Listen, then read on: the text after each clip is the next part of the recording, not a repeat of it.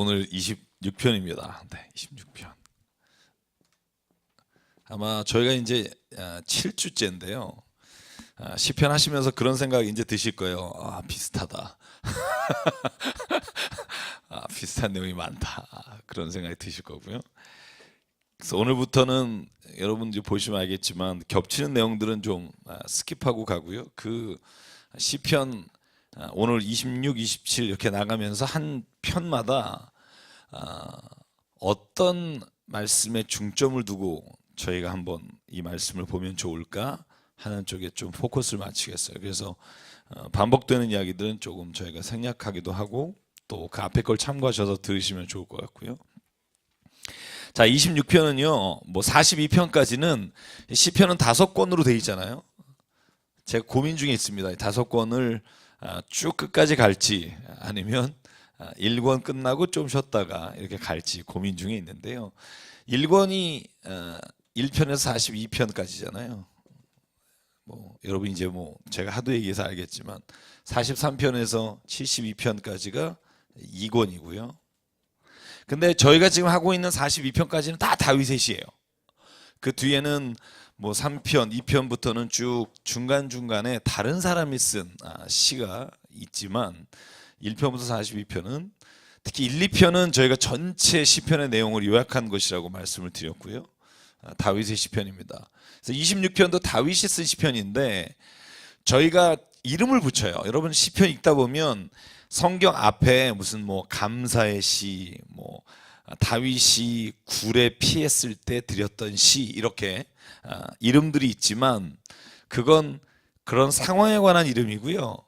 보통 저희가 신학하시는 분들이 이 시편의 성격을 일컬어서 여러 가지 이름을 붙이는데 그 중에 하나가 탄원 시편이다. 이걸 또 다른 말로 하면 개인의 애가다. 개인의 아주 하나님을 향한 슬픈 토로하는 마음으로 드리는 탄식의 시편. 그걸 탄식 시편이라고 말하고요. 또 어떤 때는 막 감사와 찬양 시편이 있어요. 여러분 시편 8편 기억나신가요?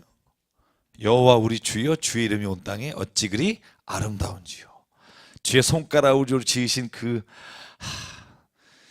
산과 별 뭐 이런 걸 보니 뭐 사람이 무엇이고 한데 주께서 저를 생각하시며 그건 하나님을 향한 찬양의 시편이에요. 이렇게 막.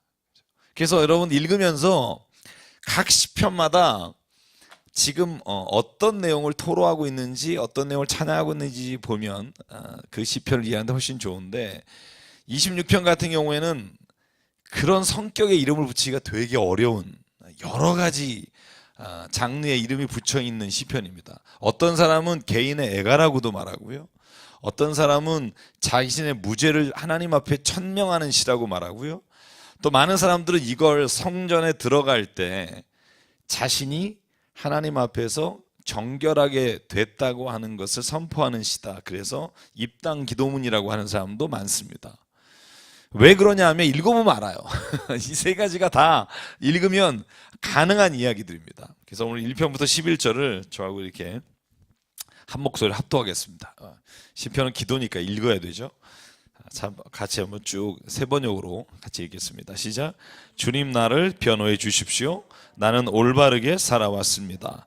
주님만을 의지하고 흔들리지 않았습니다. 주님 나를 샅샅이 살펴보시고 시험하여 보십시오. 나의 속 깊은 곳과 마음을 달구어 보십시오. 나는 주님의 한결같은 사랑을 늘 바라보면서 주님의 진리를 따라서 살았습니다. 나는 헛된 것을 좋아하는 자들과 한자리에 앉지 않고 음흉한 자들과도 어울리지 않았습니다. 나는 악인들의 모임에서 그들과 어울리기를 싫어하고 한자리에 있지도 않았습니다. 주님, 내가 손을 씻어 내 무죄함을 드러내며 주님의 제단을 두루 돌면서 감사의 노래로 소리 높여 부르며 주님께서 나에게 해주신 놀라운 일들을 모두 다 전하겠습니다. 주님, 주님께서 계시는 집을 제가 사랑합니다. 주님의 영광이 머무르는 그곳을 내가 사랑합니다.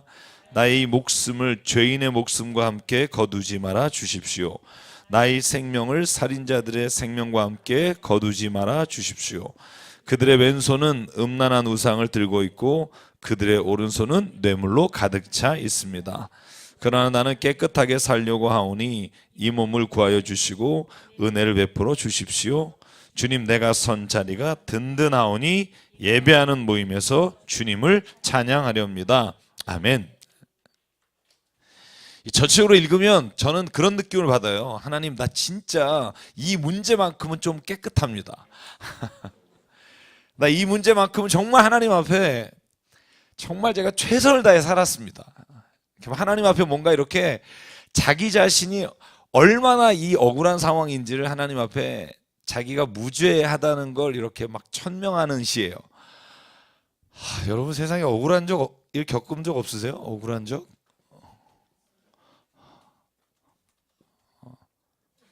항상 억울하세요? 우리가 보통 그걸 농담으로 그러죠. 너 억울하게 생겼다. 뭐 이런. 항상 억울하다.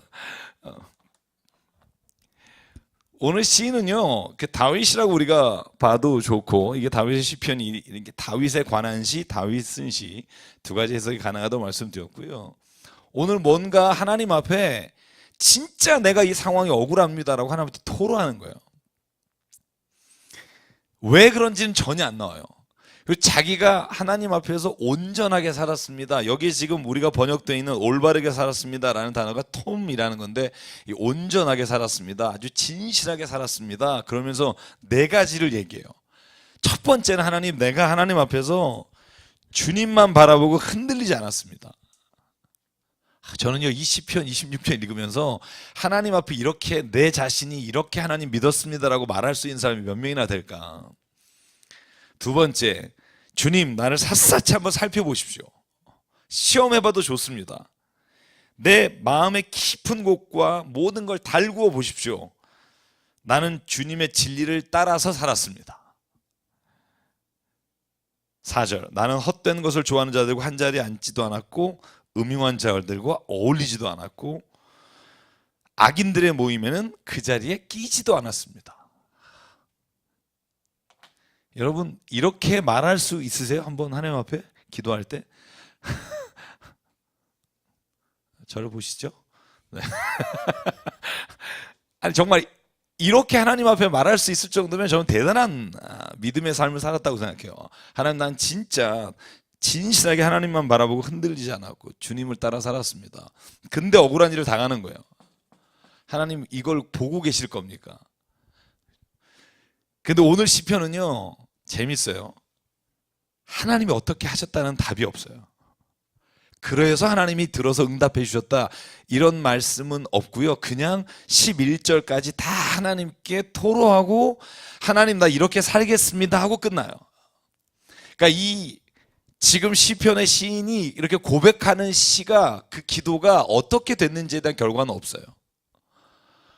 저는 그래서 이 시편을 보면 무슨 생각이 드냐면, 결국 자기의 모든 것을 하나님 앞에 아뢰고 기도하지만 판단하시는 것은 누구냐 하면 하나님 앞에 그 판단의 모든 것을 이렇게 맡기는 거죠. 저는 그게 기도잖아요. 그죠? 기도라는 게요, 내가 하나님께 내 마음을, 내가 원하는 걸 얘기해서 하나님이 그 의중을 바꿔서 내가 원하는 것을 쟁취하게 하는 게 기도가 아니라, 하나님은 진실하시고 공평하시고 선하시고 나를 사랑하시는 분이기 때문에 내가 하나님 앞에 내 모든 것을 진심으로 토로하면 하나님은 이 속마음까지도 아시는 분이기 때문에 그분은 그의 뜻을 따라 응답해 주시는 분인 줄 믿습니다. 판단은 하나님께 있습니다 라고 넘기는 게 기도입니다. 저는 그게 기도라고 생각해요. 그래서 오늘 시편의 기자는요, 이 기도를 하면서 하나님, 우리의 심정, 나의 심정을 주님 들어주십시오. 당신의 판결권을 넘겨드립니다. 이런 의도로 기도를 하고 있고요. 하나님 앞에 네 가지를 지키며 살았다는 얘기를 자신 있게 드려요. 6절, 7절, 8절 보실까요? 같이. 주님, 내가 손을 씻어 내 무죄함을 드러내며 주님의 제단을 두루 돌면서 감사의 노래를 소리 높여 부르며 주님께서 나에게 주신 놀라운 일들 다 전하겠습니다. 주님, 주님께서 계시는 집을 내가 사랑합니다. 주님의 영광이 머무는 곳을 내가 사랑합니다.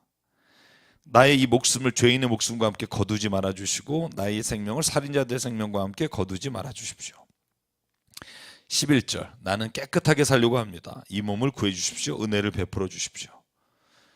12절이 중요합니다. 주님, 내가 선 자리가 든든하오니 예배하는 모임에서 주님을 찬양하렵니다. 아직 결과는 모르지만 이 시편의 기자는요, 나는 계속해서 하나님의 전에서 하나님의 전을 사랑하며 계속 나는 살겠습니다. 저는 이것이 믿음의 기도라고 생각해요. 제가 여기 이 말씀을 읽으면서 써놓은 것이 그런 게 있어요. 내 삶에서 하나님 앞에 기도할 때 나는 정말 이렇게 하나님 앞에서 내 모든 것을 토로하면서 기도하고 있는가 하는 걸 한번 생각해 보는 시편이라고 생각합니다.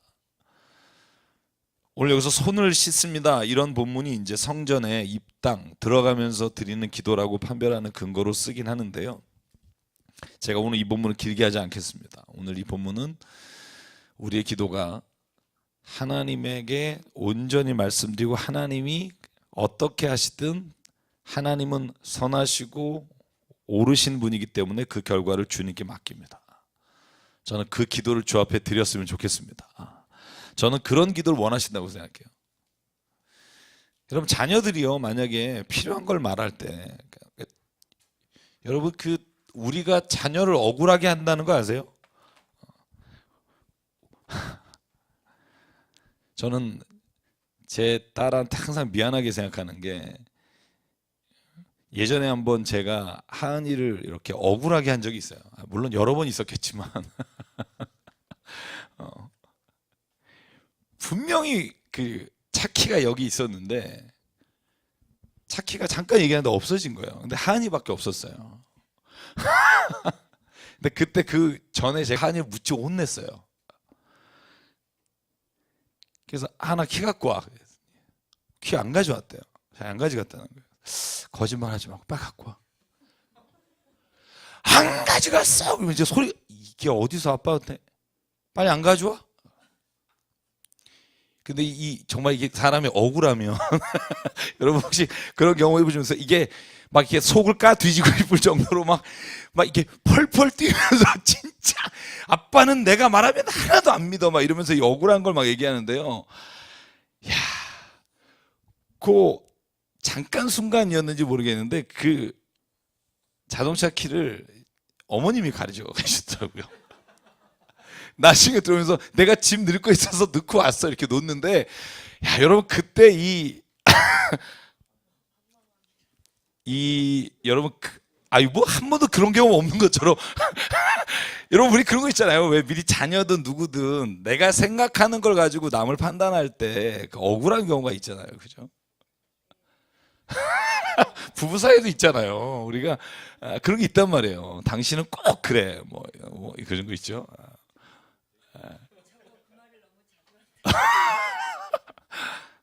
저는 두 분이 그러고도 참 신앙생활을 오래 하시는 게 참 대단하세요. 이렇게 곧 별로 안 좋은 느낌 막 싸움이 있을 것 같은데.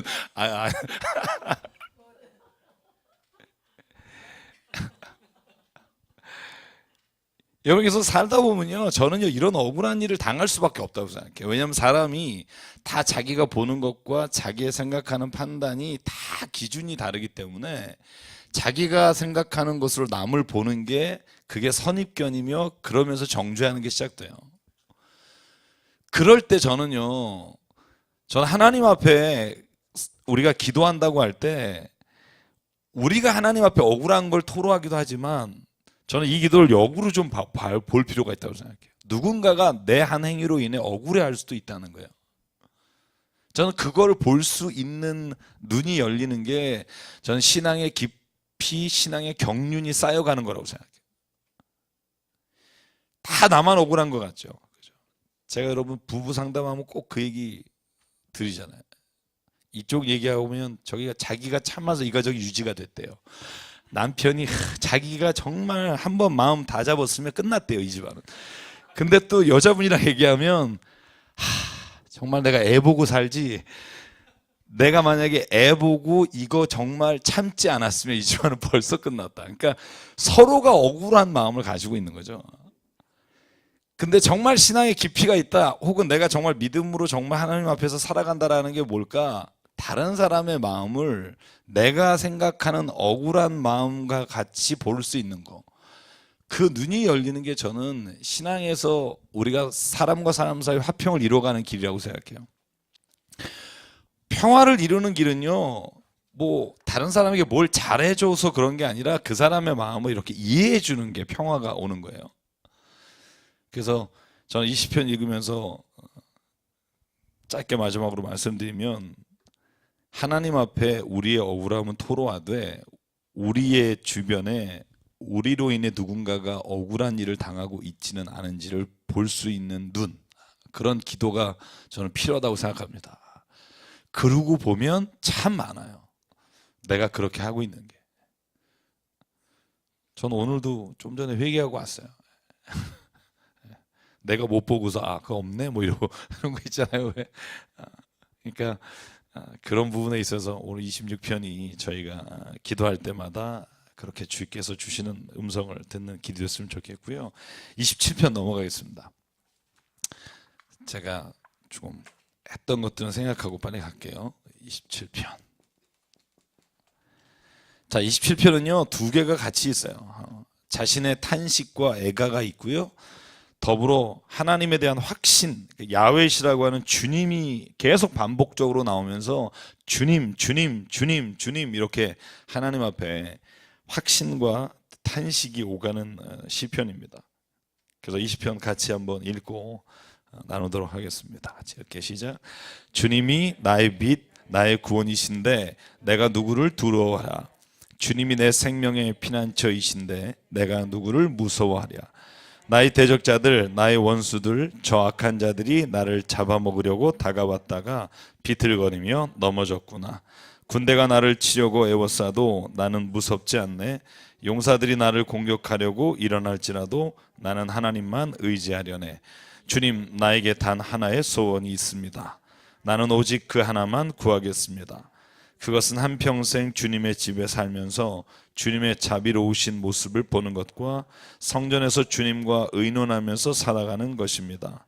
재난의 날이 오면 주님의 초막 속에 나를 숨겨주시고 주님의 장막 은밀한 곳에 나를 감추시며 반석 위에 나를 올려서 높여주실 것이니 그때 나는 나를 애워싼 저 원수들을 내려다 보면서 머리를 높이 치켜들겠다.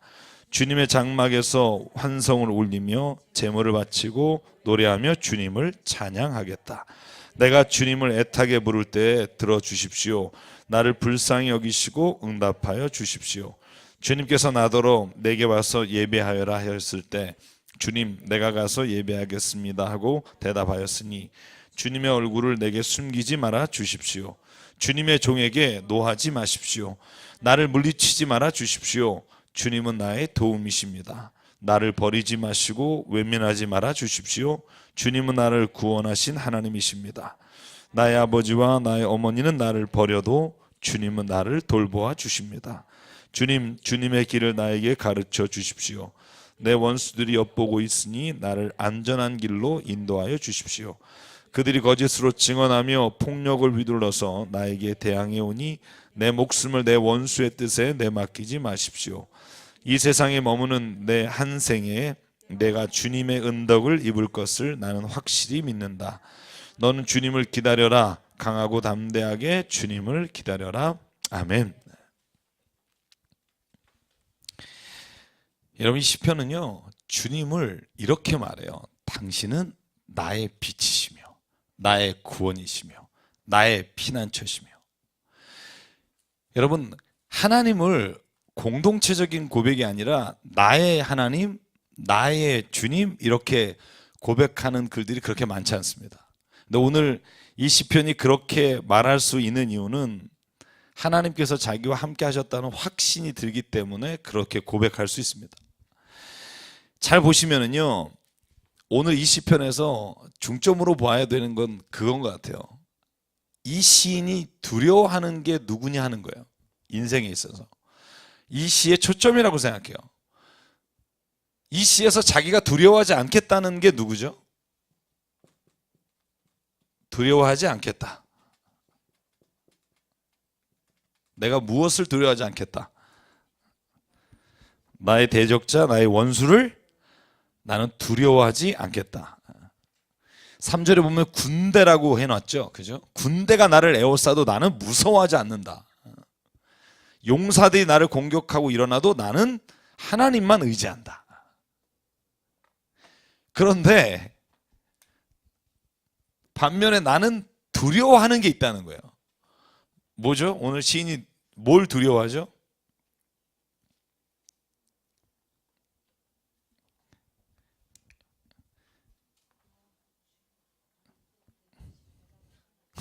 뭐요?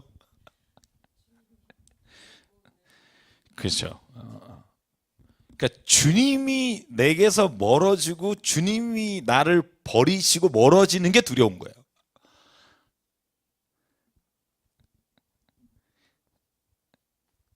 오늘 본문에 보면 저는 이 시인이 우리 인생에 있어서 저는 가장 중요한 어떤 신앙의 표대를 준다고 생각하는데요. 시인이 원수를 두려워하지 않는 이유는 뭐냐면 하나님이 도우실 거라는 믿음이 있기 때문에 그래. 확신이 있기 때문에. 하나님이 도우실 겁니다. 그런데 왜 하나님이 멀어지고 하나님이 우리로부터 자기 자신으로부터 숨겨지는 것이 두렵냐면 하나님이 자기를 돕지 않으시길 알기 때문에. 하나님이 나를 돕지 않으실 것을 알기 때문에 그러니까 두려워하는 거예요. 한번 잘 보실래요?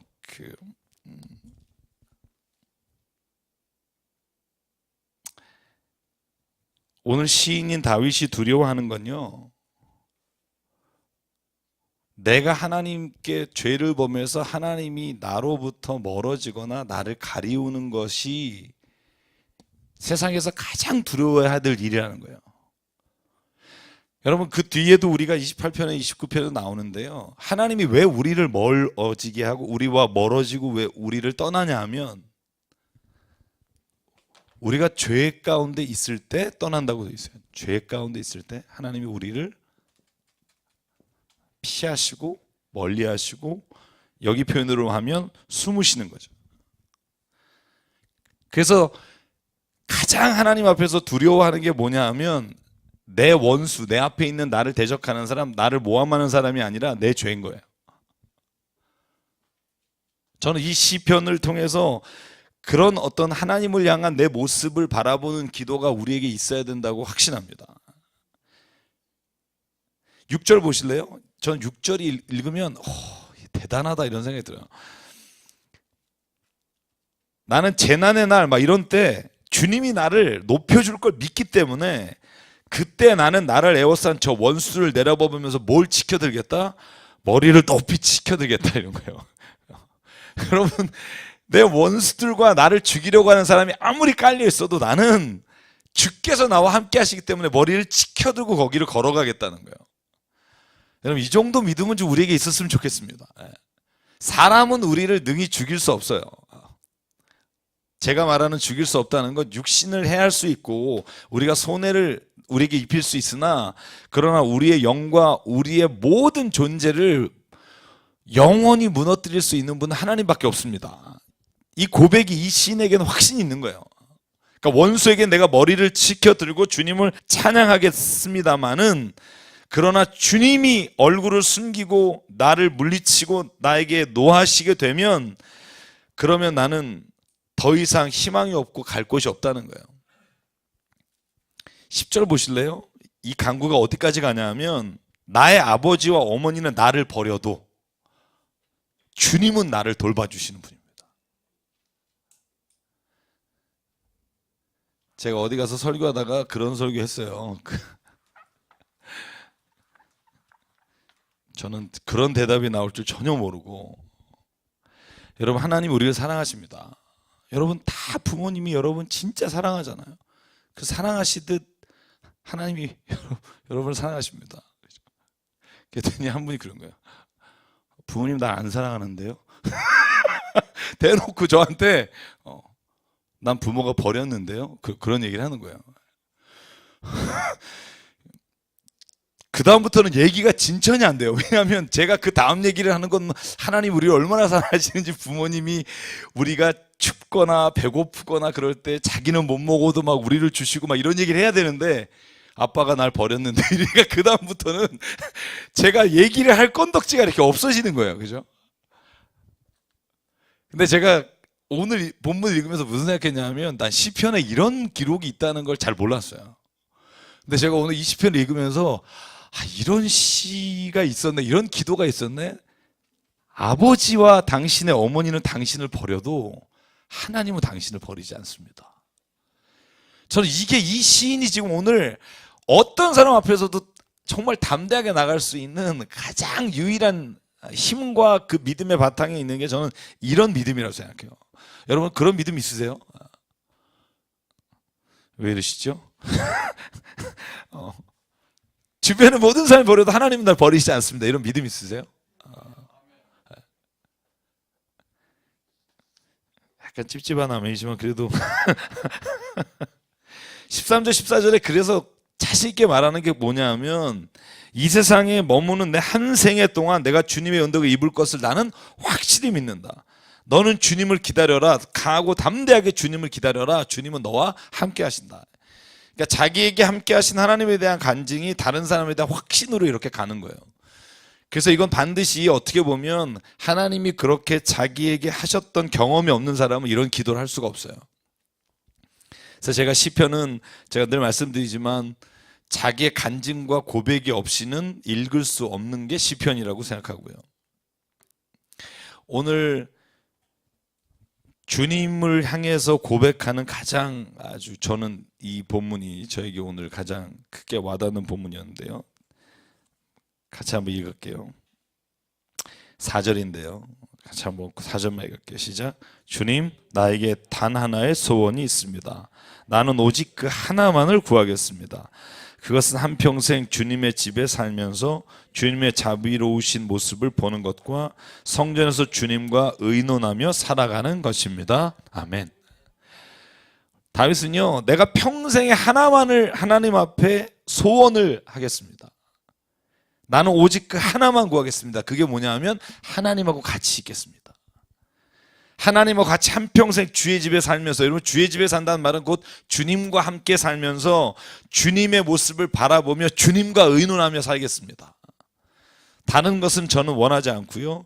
다른 것은 나에게 거짓말을 할 수 있으나 하나님만큼은 내 평생 선하시고 인자하심으로 나를 이끌어 가실 것을 믿기 때문에 나는 오직 한 가지 소원이 있다면 주님의 전에 머무르겠습니다.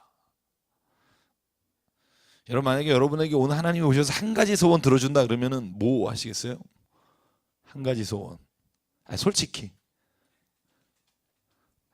100억? 여러분 혹시 개그 콘서트 뭐 이런 거 보시나요? 우차싸? 저도 요즘 이제 거의 안 보는데 저희 딸이 하나를 보여주는데, 신데렐라 그 창작의 고통 뭐 이런 게 있어요. 근데 그 코너가 뭐냐면, 그 속에 있는 인물이 창작자한테 와서 어떻게 이렇게 쓸 수가 있냐고 이렇게 비난하는 거예요. 그러니까 예를 들면 신데렐라가 그 작가한테 가서 당신이 작가요? 이렇게 묻는 거예요. 내가 신데렐라인데 내가 참 아주 이상하게 나오더구만? 뭐 이렇게 시작하는 거예요. 그 중에 제일 첫 번째가 뭐냐면, 아니 내가 그날 보니까 밤에 무도회를 가대? 무도회를 가서 춤을 추대? 그러니까 그쵸, 무도회 가서 춤추다가 왕자를 만나게 되고, 근데 요정이 나타나서 평생 딱 하나 소원을 들어주겠다고 딱 하나 소원을 말하는데, 아니 밤무대를 가고 싶다고 나이트를 가고 싶다고 하는 게 말이 돼요? 막 이러면서 따지는 장면이 있어요. 저는 오늘 그러니까 그 장면에서 그 사람이 그래도 왕자를 만났잖아요. 그랬더니 아니 거기는 12시부터가 피크인데 12시에 또 난 나와야 돼. 뭐 이러면서 막 따지는 게 있어요. 그래도 뭐 신발을 잃어버렸으니까 왕자랑 만나잖아요. 뭐 이렇게 막 그 얘기가 흘러가는데요. 오늘 제가 이 성경 말씀 읽으면서 그 생각했어요. 나한테 만약에 하나님이 딱 한 가지, 딱 한 가지 소원을 들어줄게. 말해봐. 그러면 진짜 내가 하나님과 영적인 것에 관한 소원을 말할까?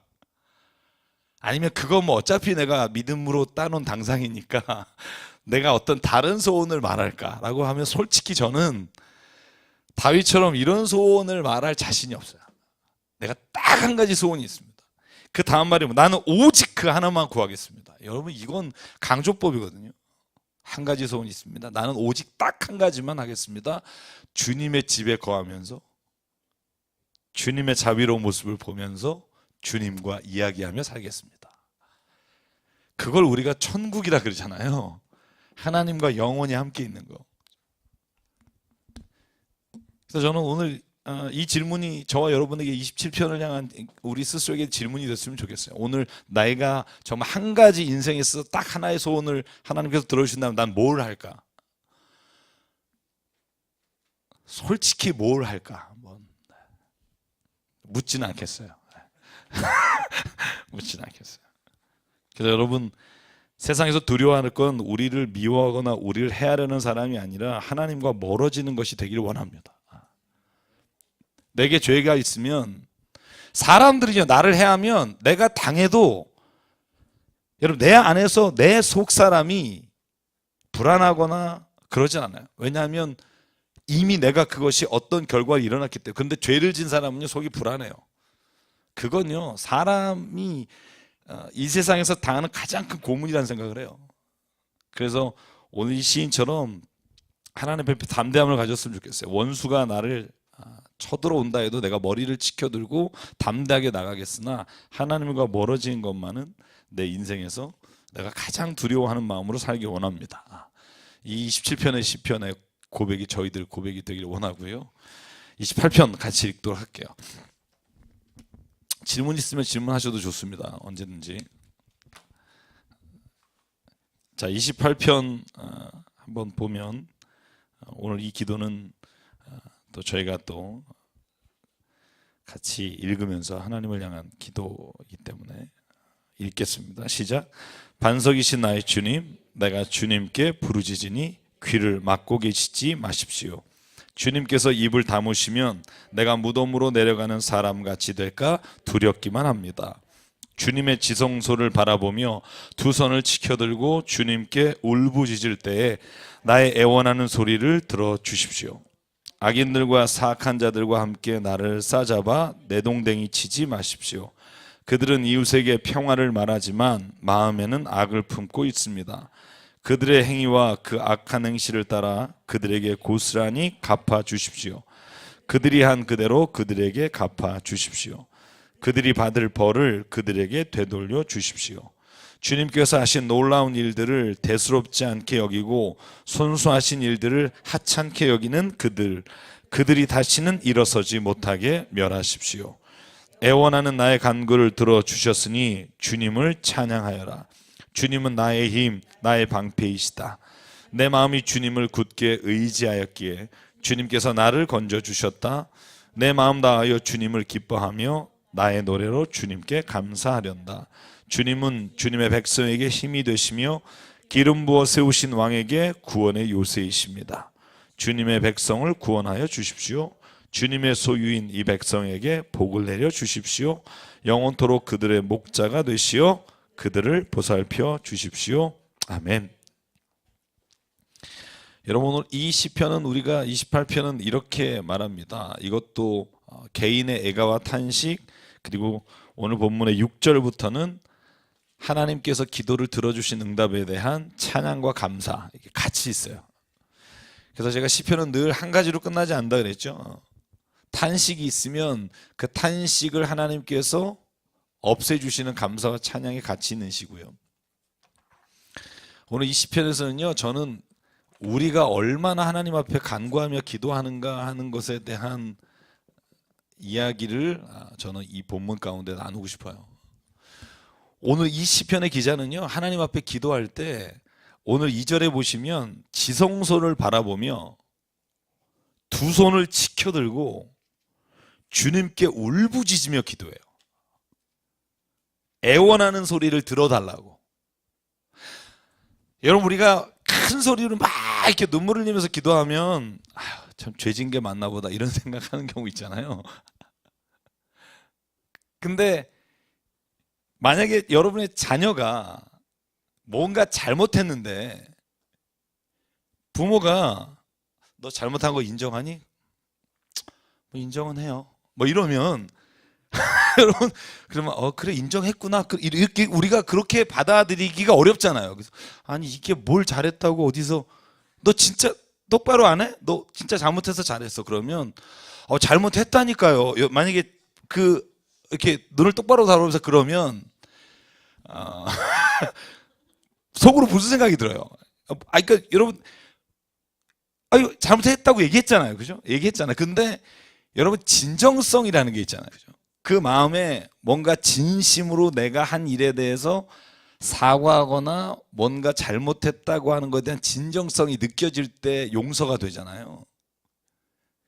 하나님은요 신음소리도 들으시는 분이고 굳이 우리가 막 크게 기도하지 않아도 하나님은 우리가 속으로 하는 얘기도 다 듣는 분이에요. 저는 그걸 믿습니다. 근데 성경은요 울부짖으며 기도할 때가 있어야 된다는 거예요. 왜냐하면 우리가 진짜 하나님 앞에서 이 일에 대해서 어떻게 이 죄와 어떻게 이 일에 대해서 생각하는지를 하나님은 보기를 원하신다는 거예요. 여러분 저는 그건요 당연하다고 생각해요. 당연하다고. 여러분 성경에 보면요 기도할 때 손을 들고 기도하는 게 굉장히 많아요. 손을 들고. 고대 근동은요 손을 들고 기도해요. 여러분 열왕기상에 보면 8장 22절에 보면 그 솔로몬이 성전을 지은 다음에 하나님 앞에 감사기도 드릴 때 어떻게 기도 드린지 아세요? 22절하고 54절 보면 두 번 반복해서 나와요. 제가 한번 읽어볼게요.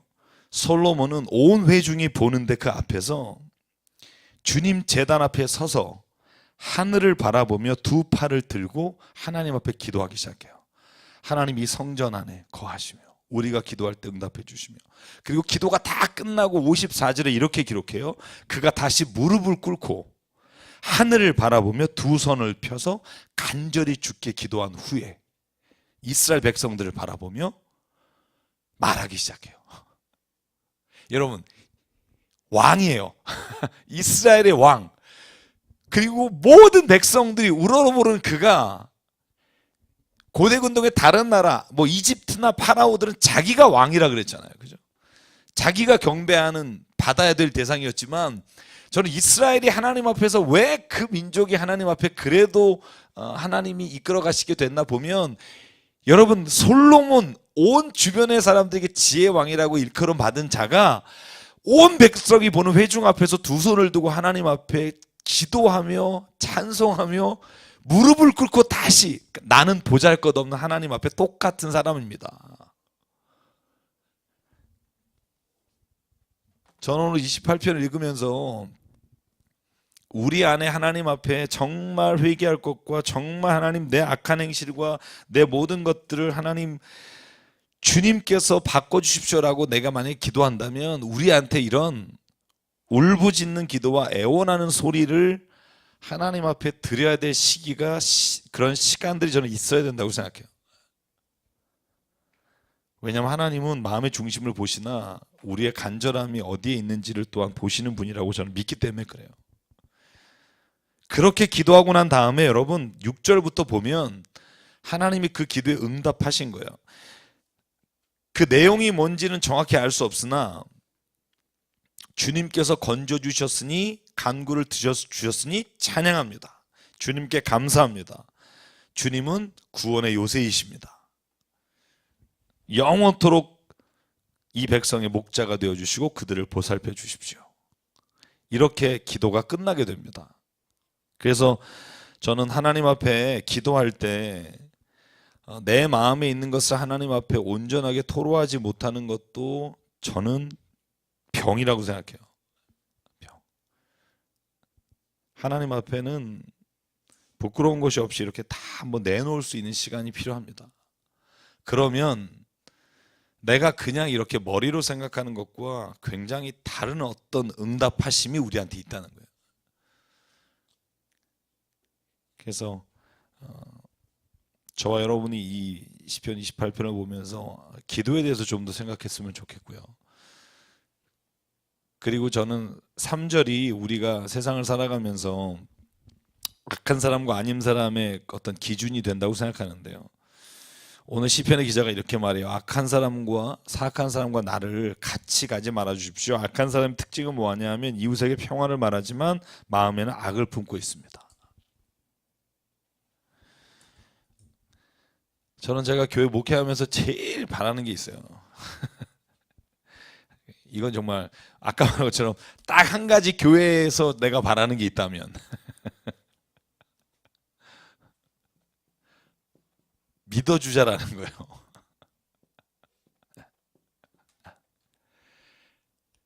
제가 지난주에 충격적인 얘기를 들었어요. 그저께죠. 3일 전에 부모님이 오셔서 저한테 이렇게 심각하게 말하는 거예요. 목사님, 우리 애가 목사님이 지난 몇 주 동안 인사를 해도 안 받아서 교회를 안 나왔대요. 오늘. 근데 전 기억이 안 나요. 그러니까 조그만 애인데 저한테 지나가면서 인사했는지 저는 전혀 기억이 안 나는데 저한테 살짝 와서 그러는 거예요. 아버님이 목사님, 자기는 이해하는데 목사님이 막 아마 인사할 때 지나가면서 아마 인사했을 텐데 목사님이 그 인사 안 받아줘서 오늘 교회 안 나왔다는 거예요. 내가 얼마나 마음이 아픈지 여러분 그 마음 아픈 거 아시세요? 모르실 걸. 진짜 이런 생각, 내가 목회를 계속 해야 되나 말아야 되나 이런 생각까지 들어요. 왜냐하면 그 한 아이가 교회를 그래서 오늘 안 왔다는 게 저한테 충격적이거든요. 근데 저는 그 아버지 하시는 말씀이 정말 위로가 됐어요. 저는 물론 목사님을 믿어요. 목사님이 일부러 고개를 돌렸거나 못 본 척 하시지 않았을 건 제가 믿는데, 근데 그 딸 아이가 그러니까 다음에 오면 먼저 좀 안아주십시오 이런 얘기를 하는 거예요. 근데 사실 그게 너무 고마운 거예요. 여러분, 때로는 우리가 뭔가 실수할 수도 있고 모르고도 그럴 수도 있고 어떨 때는 알면서도 혹시 그럴 수도 있는데요. 그래도 이 사람은 정말 내가 믿음 안에서 한 형제고, 이 사람은 정말 하나님 안에서 우리가 같은 가족이기 때문에 이 사람은 그랬을 리는 없을 거야, 믿어주는 거. 저는 그게 그렇게 고마운지 몰랐는데 주일날 너무 고맙더라고요. 그래서 제가 뭐 사러 갈 시간은 없고 저 주일학교실에 있는 과자랑 선생님한테 허락받고 이거 갖다 주세요. 이거 갖다 주세요. 제가 꼭 다음에 오면 꼭 안아주겠다고. 그래서 그런 생각했어요. 이게 내가 생각지도 못할 때 내가 오해를 받을 수도 있고 오해를 할 수도 있겠구나. 그래서 여러분, 하나님도 우리를 믿어주시는데 우리도 좀 믿어줬으면 좋겠습니다. 우리 옆에 분을 한번 인사해 볼까요? 당신을 믿습니다. 당신을 믿습니다. 한번 믿어주는 거, 여러분. 그래서 제가 지난주에 예전에 우리 조은숙 원사님도 그죠? 우리도 한번 그랬었잖아요. 그죠? 교회 처음 오셨을 때 기억나시죠? 그죠? 길에서 제가 못 보고 그런 일이 있었었는데, 이게 그래서 늘 생각하는 거예요. 눈을 부릅뜨고 있어야겠다.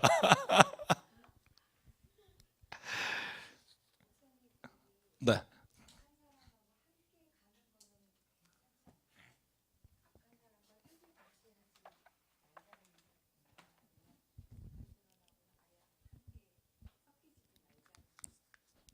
그러니까 기본적으로는요, 시편에서나 성경에서 악한 사람과 멍에를 같이 매지 마라, 혹은 악한 자의 길을 같이 걷지 마라, 시편 1편에 나오는 것처럼 복 있는 사람은 악인의 길을 쫓지 아니하며 오만한 자리에 앉지 아니하며 죄인의 길에 서지 않는다. 그죠?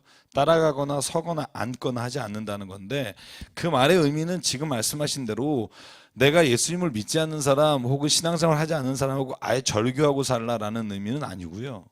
첫 번째 의미는 그 사람들과 같은 삶의 방식과 어떤 삶의 기준과 목적을 가지고 가지 말라는 의미가 있고요.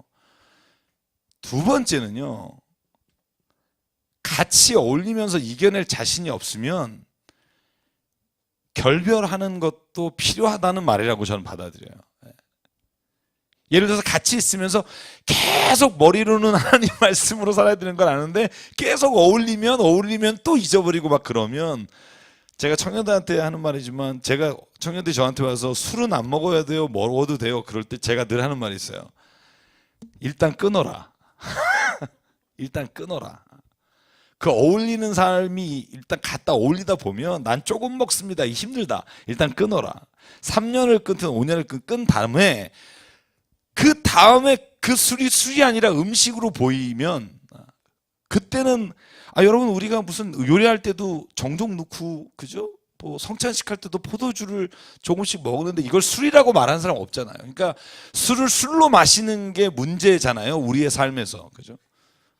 사도 바울도 디모데에게 네가 지금 조금 위장이 안 좋으니까 포도주를 조금씩 써라, 이렇게 말을 하는 이유는 더 이상 그분에겐 술이 아니거든요. 술이라는 건 뭐냐면, 우리가 말하는 술이라는 건 뭐냐면, 먹고 마심으로 우리가 자기 자신이 다른 것에 의지해서 자기도 모르는 짓을 하는 게 술의 힘을 의지하는 거잖아요. 그래서 저는 악한 사람과 멍에를 같이 매지 마라 하는 의미도 그렇다고 생각해요. 그러니까 첫 번째 의미는 그 사람도 아예 만나지도 마라. 그러면 바울이 그런 말 하잖아요. 야, 네가 세상 친구들 안 만나면 누굴 전도하냐? 사도 바울이 고린도서에 그렇게 말을 해요. 만나야지. 근데 그 죄가 네 안에 들어오면 너도 죽게 되니까, 그 죄가 네 안에 들어오지 않도록 전신갑주를 입어라. 머리엔 구원의 툭을 써라. 그리고는 의의 흉배를 하고, 진리의 허리띠를 메고, 믿음의 방패, 말씀의 검, 복음의 평안의 신을 신어라. 그래서 머리부터 발끝까지 너 자신을 하나님이 지켜주시는 안에서 있으면 누군가를 만나는 게 문제가 되지 않을 거다. 그래서 저는 그렇게 받아들이는 게 어떨까라는 생각을 해요. 그래서 1장 할 때 말씀드렸지만 1편 할 때 점층적이잖아요. 따라가서 서서 주저앉잖아요. 그게 죄의 어떤 우리가 따라가는 과정이라는 거죠. 처음에는 그냥 살며시 같이 가다가 죄인의 길에 이제 서죠. 그러다가 재밌는데 오만하자 이렇게 앉아버리잖아요. 그러니까 그 과정을 똑같이 밟게 될 수가 있기 때문에 저는 늘 깨어있으라 이런 말씀 주시는 것 같고요. 자, 29편 하겠습니다.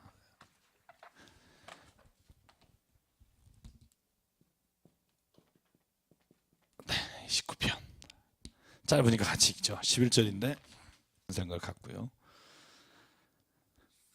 자, 우리 피곤하지만 한 장만 더 할까요? 네, 그죠? 우리 장로님 허리 아프신 것 같은데. 네, 우리 한번 기지개 하시죠. 한번 이렇게 좀 기지개 하시고요. 네, 자, 한번 기지개 하시고. 네. 뭐 30편은 그냥 읽고, 네, 그냥 간단하게만 이야기를 나누면 좋을 것 같고요. 네, 다음 주 할까요? 30편? 네? 그래. 우리 미소가 용감하다. 30편. 저 이상훈 교수님이라고 제가 좋아하는 대학교 은사님께서 늘 그런 얘기 하셨어요. 수업 시간에 좀 더 할까? 그러면서 학생들이 아니요? 그러잖아요. 그러면 늘 하시는 다음 대사가 이거였어요. 소털같이 많은 시간에 다음에 합시다. 그러고 나가셨어요. 잊을 수가 없어요. 늘 그 얘기를 하셨고, 제가 가장 유일하게 존경하는 교수님이셨는데, 소털같이 많은 시간에 다음 시간에 30편을 같이 하도록 하고요.